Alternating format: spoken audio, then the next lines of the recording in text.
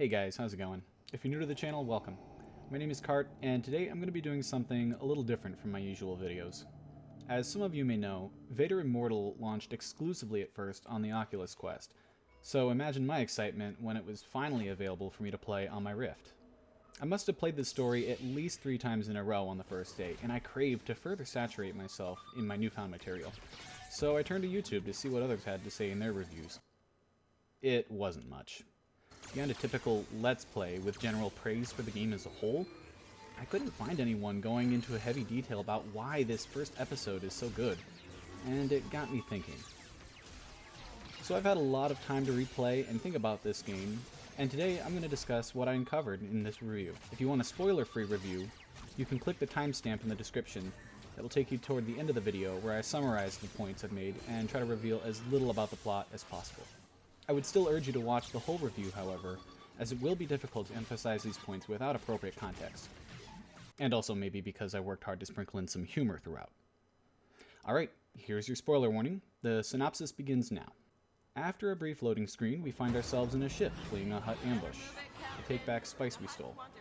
And our droid companion instructs us on how to activate a jump to light speed to make our escape. And I was surprised by how satisfying hitting the throttle feels. However, it almost seems unnecessary to start with all that action if I wasn't going to hop into a gunner seat and shoot down some starfighters. I got him! Great hit! Don't get cocky! Things slow down for a bit, once in hyperspace, and we're free to explore the rear part of our ship and interact with various objects, many of which our droid friend Zoe offers commentary on. Some of our previous and future ports of call. That is a Wookiee bowcaster. Whoa, whoa, whoa, whoa, whoa, whoa, Captain, be careful. That is a very nasty piece of work. Twilight Grim Rose. We get to play around with object physics and see there's different ways to hold some objects. There's even a pod racing helmet that can be worn, perhaps alluding to the possibility of wearing other helmets in future episodes, like maybe disguising oneself as a stormtrooper. If you prefer to stay on task, as soon as we walk to the back area, Zoe pulls up a console and asks for a hand. Here we get to play with a dial and scan a holographic image of the ship for issues, and shut down the corresponding ship parts. We can get them repaired. Hyperdrive is damaged. What could it hurt to power it down now?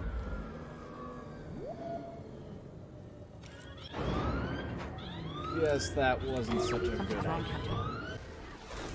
Turns out we get interdicted, and we're treated to some pretty fantastic visuals as we're approaching a dark red planet and a massive star destroyer looms over us. Then the TV turns on and we get a PSA from Admiral Steve Blum telling us to stop resisting arrest and pull over already. Our ship gets escorted through the stratosphere of Mustafar, and again we enjoy some beautiful scenery as we approach an ominous tall tower.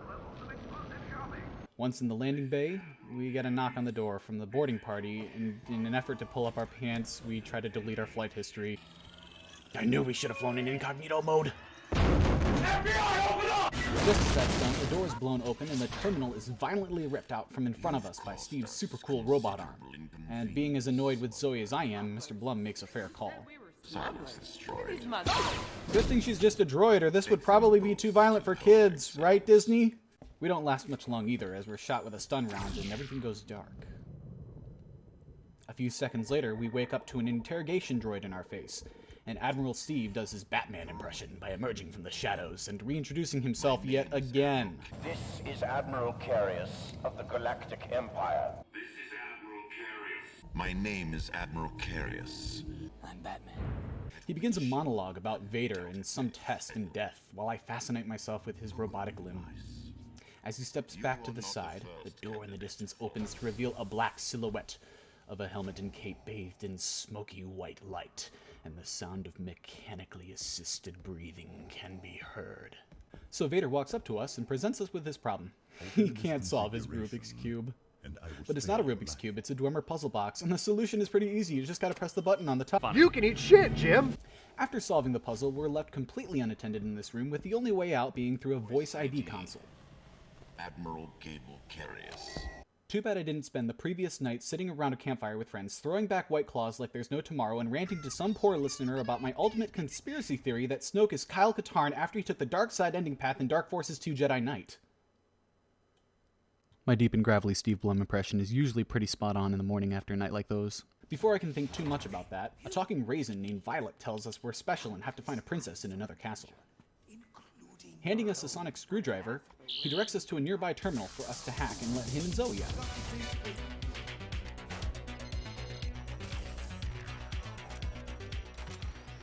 Thanks, Violet, was it? I was technically not listening. Zoe reveals she's hungover enough to try impersonating Steve Blum and mimics the Admiral's voice to open the door. We then take out our handy-dandy Hydra spanner again and hack an elevator terminal where poor old Gary the Stormtrooper gets ambushed.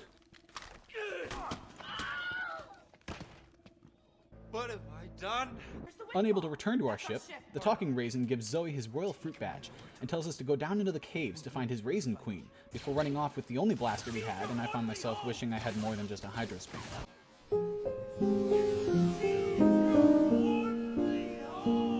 When the elevator gets locked, we hack the terminal and solve another puzzle to lower down an escape ladder.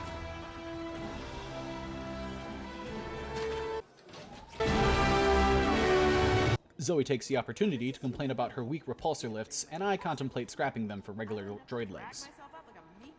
It suddenly dawns on me that despite the caverns being below us, we're still going up. Descent into the valley. Why are we going up? But Zoe said up leads to private chambers, and private chambers probably means...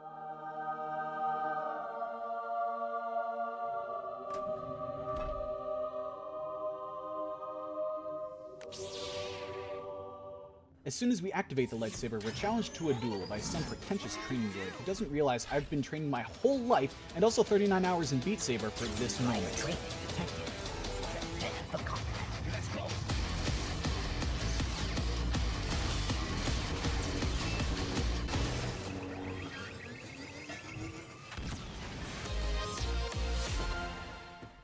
I'm actually impressed, Captain. I thought for sure you were dead. Once we beat the training droid, Zoe's conveniently done opening the windows to the balcony so we can climb some more pipes towards a ventilation shaft, and we get to enjoy a beautiful sunset before going back inside. I'm pretty sure everything short of the ledge I'm standing on and the wall behind me are just one big skybox, but I won't lie, it looks damn good anyway. In order to proceed, we have to solve our first puzzle that involves the lightsaber, and it's a fun one, cutting metal pipes. The big one has to be heated and slowly cut in order to break all the way, and I look forward to the chance to cut shapes and doors and windows in future episodes, so hopefully the physics for that will develop soon enough. Once we clear that, we get to eavesdrop on a conversation between Vader and an entity the credits refer to as Black Bishop, but he's never called this in the actual story, so I'm just going to call him the Nameless One because it sounds cooler. Anyway, we get some plot exposition and an introduction to a literal golden egg called the Singularity Engine. We climb down a ladder to follow Vader and the Nameless One into the next room, where Vader dismisses the Nameless One and then begins talking to a picture of Padme in a crystal.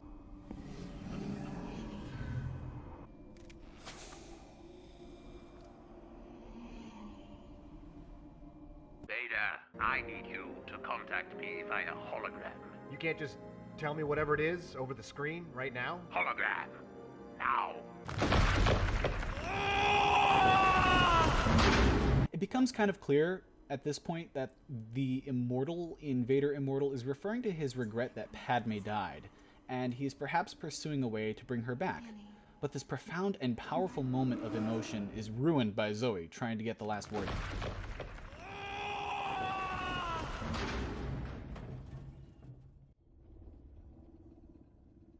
I was not programmed for this. Of course you weren't, you stupid droid! Name 3 droids that weren't programmed for this! So we press on until we find an elevator that actually goes down for once, and since this time it's a long ride from the top of the tower to below the surface, Zoe takes this opportunity to recap what the Raisin told us in an effort to prevent quiet, potentially dull moments. We listen to a hologram of Violet describing exactly how we're going to get out of this mess, and Zoe complains that it's all bad and we're most certainly going to die. Is there any version of this plan that doesn't end up with us being dead? As she's trying to give the if we die speech, My attention shifts to my hand as I just now discovered for the first time that the grips on my controllers can detect when they are being partially squeezed, and not just fully. The prophecy is true. The elevator door opens and we walk to a skiff, enjoying the scenery of the cave lit by what I assume is convenient mood lighting from a moon filtering through the opening of the surface. Once on the skiff, we play a game of Deflect the Blaster Fire with some stormtroopers while Zoe takes her time powering up the skiff. As if it wasn't hard enough trying to turn to face the opposing skiff as it flew around me, deflecting blaster fire is much harder when the stormtroopers have such terrible aim that I have to try to intercept the bolts at odd angles and try to send them back at my targets. Reinforcements arrive, but by then we're already too far away and heading toward a dugout castle. Zoe mentions my heritage and wonders what the Empire is digging for along the way, and eventually we dock at the entrance and head inside. It was at this point when the totem Zoe held started glowing, and something happened with my left lens where a slight image was burned into it and persisted through the rest of the recording. I didn't realize it affected my recording as well until later, but when I restarted the application and re-recorded the footage beginning at that chapter, it never happened again, which is reassuring. Anyway, Zoe deduces that the castle belonged to our ancestor, the princess, and we walk into a larger room with the Raisin Queen standing next to a pedestal of sorts. The Queen tells us there's no time to explain, and then proceeds to explain everything from the beginning using space magic to give me a dream vision. This beautiful sequence I could only describe as an animated paint show works perfectly with one of the strengths of the Oculus Quest, since it tempts you to spin around in place and watch the artwork unfold. Needless to say, I didn't have as much fun getting tangled up in and nearly tripping over the wire running from my Rift headset to my computer. I definitely appreciate the 180-degree combat option in the settings menu, since I only have 2 Rift sensors and they can't detect my controllers when I turn around, but I wish this art show sequence also had a 180-degree option. Basically, the vision discusses Mustafar before it became Lava World No. 1, and how the princess created the Singularity engine using the artifact called the Bright Star to try to bring her husband back, and that's why Vader wants it. Problem is, the Bright Star is somewhere even further below the caves, and Vader needs a descendant to use the artifact. After the vision, the Raisin Queen runs away, leaving the fate of the galaxy in our hands. Retrieve the Bright Star? Oh, hold on, that wasn't the deal. I am altering the deal. Pray I don't alter it any further. Without skipping a beat, Vader walks in to force throw Zoe out of the way and talk to us directly. Putting the cube in the receptacle of the pedestal as he instructs us to, lowers the pedestal and activates several 7-foot-tall combat droids wielding what looks like saber staves. While Vader is playing with his food and we're fighting for our lives against 1 or 2 of these guys at a time, looking around we can see that the platform we're on is lowering, with hatches above us closing every so often, creating a darker and darker environment. Eventually we're left facing one last droid when Vader rips our saber out of our hands and cuts the droid down to size. Always a drama queen, Vader deactivates both sabers, only to walk up to us in the dark and reactivate his red one right in our face. The realization hit that Zoe is still back up at the top of this descent, and we're down here in the dark with one of the most terrifying people in the galaxy.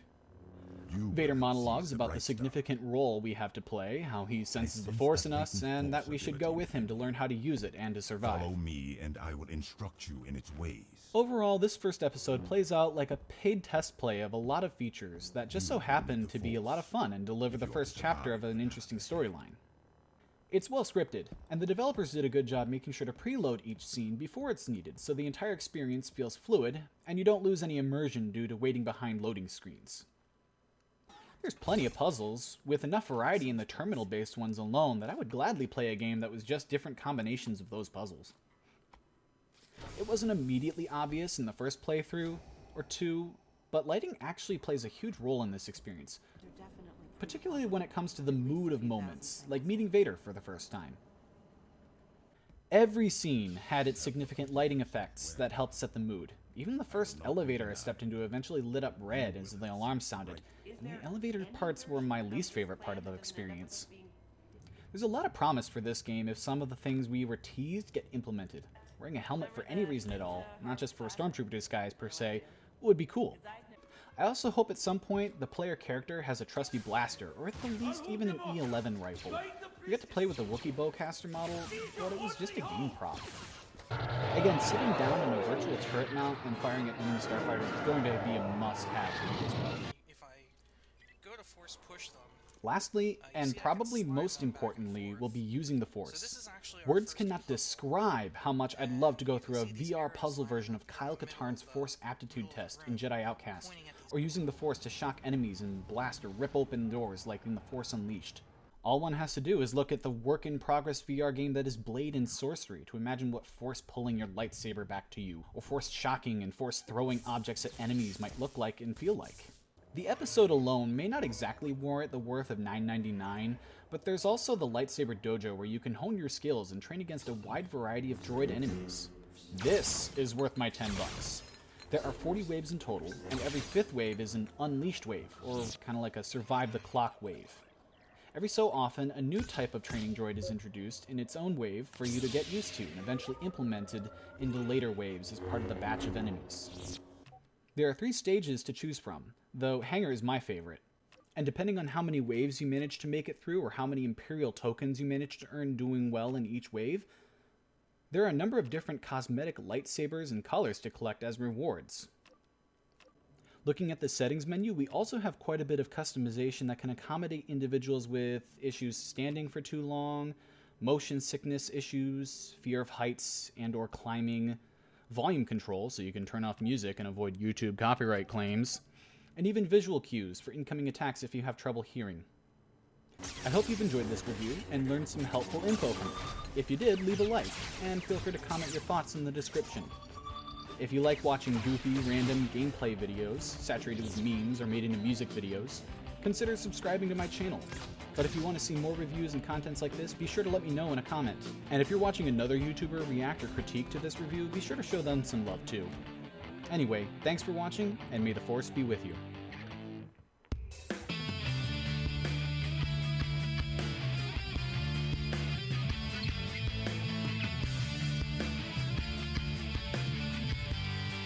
You